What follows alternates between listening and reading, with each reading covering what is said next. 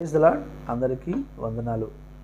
మత్తయి 4:21లో యేసయ్య జబదయి కుమారులను కలిసినప్పుడు వెంటనే జబదయి కుమారులు తండ్రి అయిన జబదయిని, జీతకాళ్లను, సమస్తాన్ని వాళ్ళు కలిగి ఉన్న దాన్ని విడిచిపెట్టి వెంటనే యేసుని వెంబడించును అని వ్రాయబడి ఉంటుంది.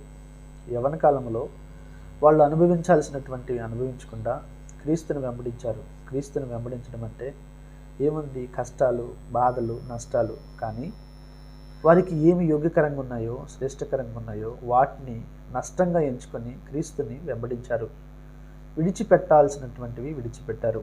మనం కూడా ఏవైతే విడిచిపెట్టాలో అవి విడిచిపెట్టినప్పుడు మాత్రమే దేవుణ్ణి వెంబడించడం, ఆయన్ని వెంబడించడం మనకు సాధ్యమవుతుంది. ఈరోజు మనం ఏమి విడిచిపెట్టాలి? ఆయనకి ఆయాసకరంగా ఏమున్నాయో, దేవునికి వ్యతిరేకంగా ఏమున్నాయో విడిచిపెట్టాల్సినవి మనం విడిచిపెట్టినప్పుడు మాత్రమే దేవుణ్ణి వెంబడించగలం, దేవునితో సహవాసం చేయగలం.